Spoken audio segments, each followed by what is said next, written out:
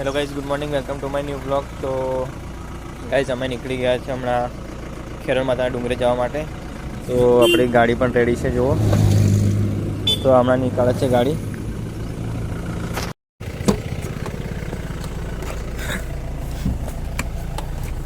તો ચાલો ખેરણ માતાના ડુંગરે જવા માટે રેડી.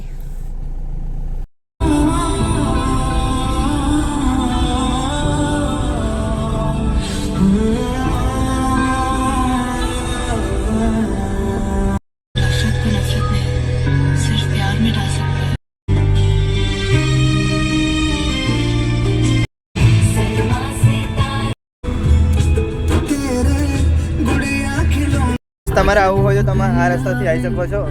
જો કે તમારી ગાડી મોટી હોય તો પણ રસ્તો બેસ્ટ છે તમારા માટે. જોઈ શકો છો અમારી સ્કોર્પિયો છે, પણ આ પણ આવી શકે છે અહીંયા. તો જોઈ શકો છો આ પાતળો રસ્તો છે આટલો.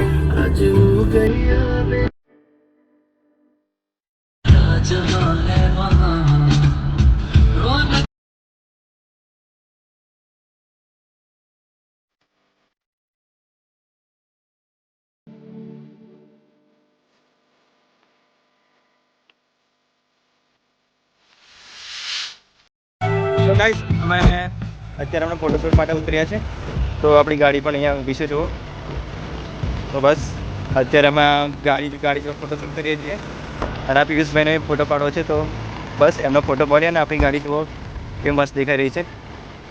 તો ચાલો ફોટોશૂટ કરીએ અમે. ફાઇનલ ગાઈસ ફોટોશૂટ થઈ ગયો છે, હવે નીકળી આવે.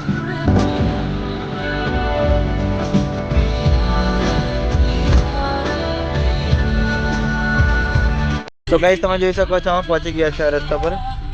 તો બસ ગાડી પાર્ક કરીએ અહીંયા.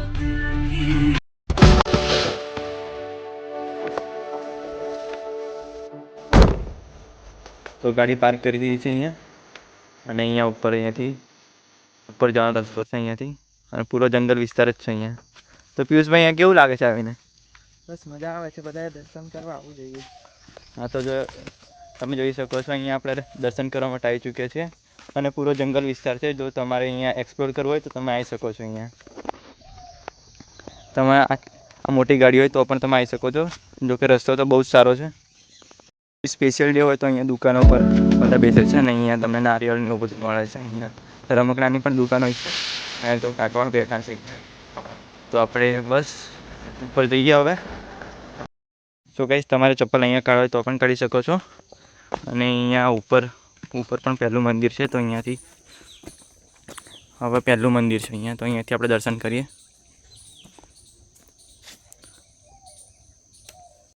તો મિત્રો અહીંયા પહેલાં તો આવું બધું કોઈ રેલિંગ વેલિંગ કંઈ હતું નહીં. તો અત્યારે હમણાં બહુ ડેવલપ થઈ ગયું છે અહીંયા. તો અત્યારે તો ડુંગર પણ બહુ મસ્ત દેખાઈ રહ્યા છે, કેમ કે અત્યારે વરસાદ પડ્યો હતો એટલા માટે. તો ગાઈસ આ પિયુષભાઈ કહે છે કે અહીંયા 150 જેવી કંઈક સીડીઓ છે. તો અહીંયા તો એકદમ સરળ લાગે છે ચડવામાં, કંઈ થાક તો લાગે નહીં એટલો બધો. તો તમે આવી શકો છો અહીંયા ગઢચુંદડી નજીક જ મંદિર છે અહીંયા.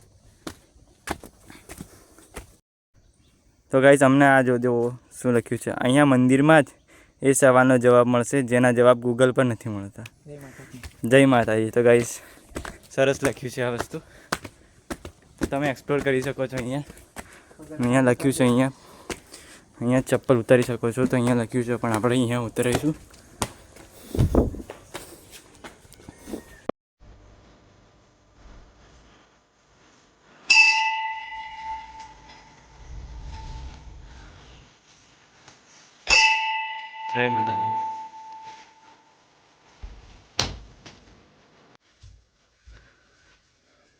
તો જોઈ શકો છો અહીંયા ખેરણ માતાનું મંદિર છે. તો તમે આવીને અહીંયા દર્શન કરી શકો છો. બહુ જ સુંદર મંદિર છે અહીંયા. તો તમે પણ અમારી સાથે દર્શન કરી લો.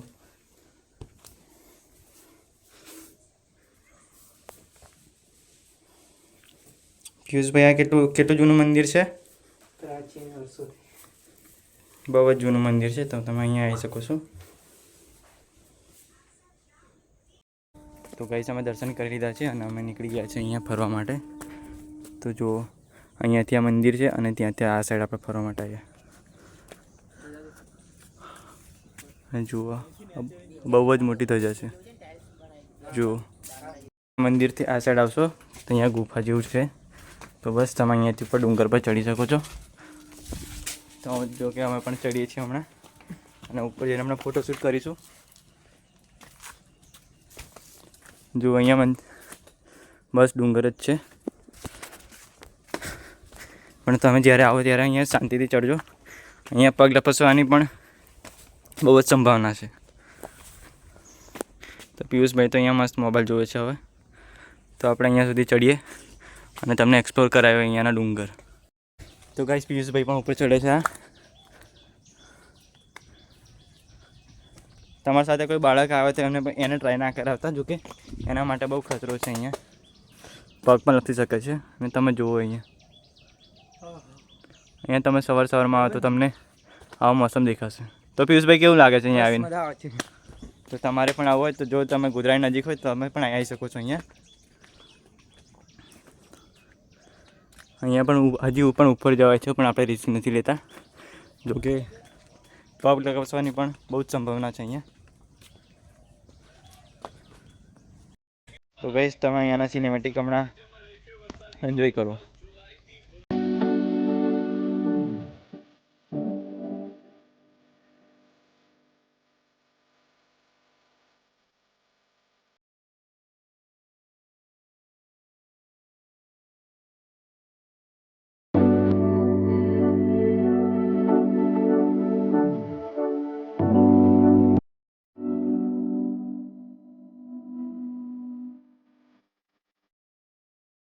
ગાઈસ ફોટોગ્રાફીનું સ્ટ્રગલ જો ક્યાંથી જાય છે.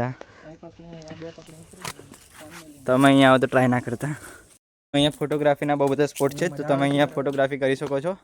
જો કે અહીંયા ફોટોગ્રાફી કરવા માટે અહીંયા ઝાડ ઉપરથી અમે નીચે ઉતર્યા છીએ અત્યારે. જો કે પિયુષભાઈનો આઈડિયા હતો.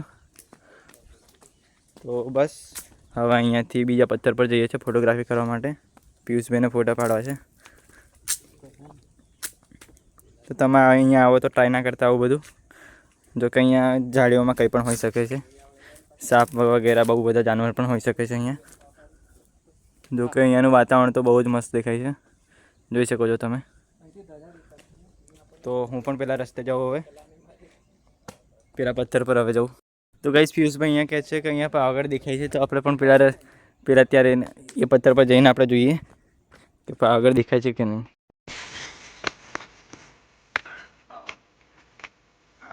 પેલો પાવાગઢ દેખાય છે.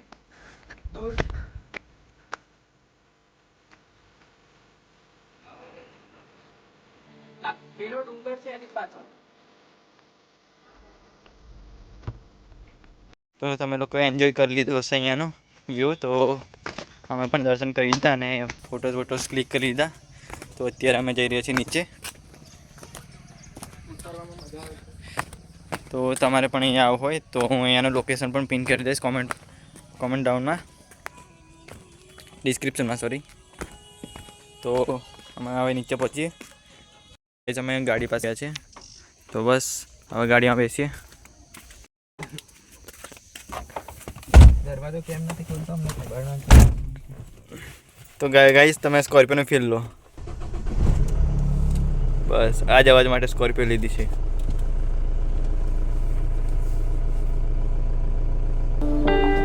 ફાઇનલી ગાઈસ અમે ઘરે પહોંચી ગયા છે. ગાડી પણ પાર્ક કરી દીધી છે અહીંયા. તો અત્યારે ઘરમાં પહોંચી ગયો છું અને બસ મેં કપડાં પણ ચેન્જ કરી લીધા છે. તો આજના બ્લોગ માટે બસ આટલું જ. તો વિડીયો સારો લાગ્યો તો લાઈક કરજો, અને ચેનલ પર નવા હોય તો સબસ્ક્રાઈબ જરૂર કરજો. ત્યાં સુધી જય માતાજી.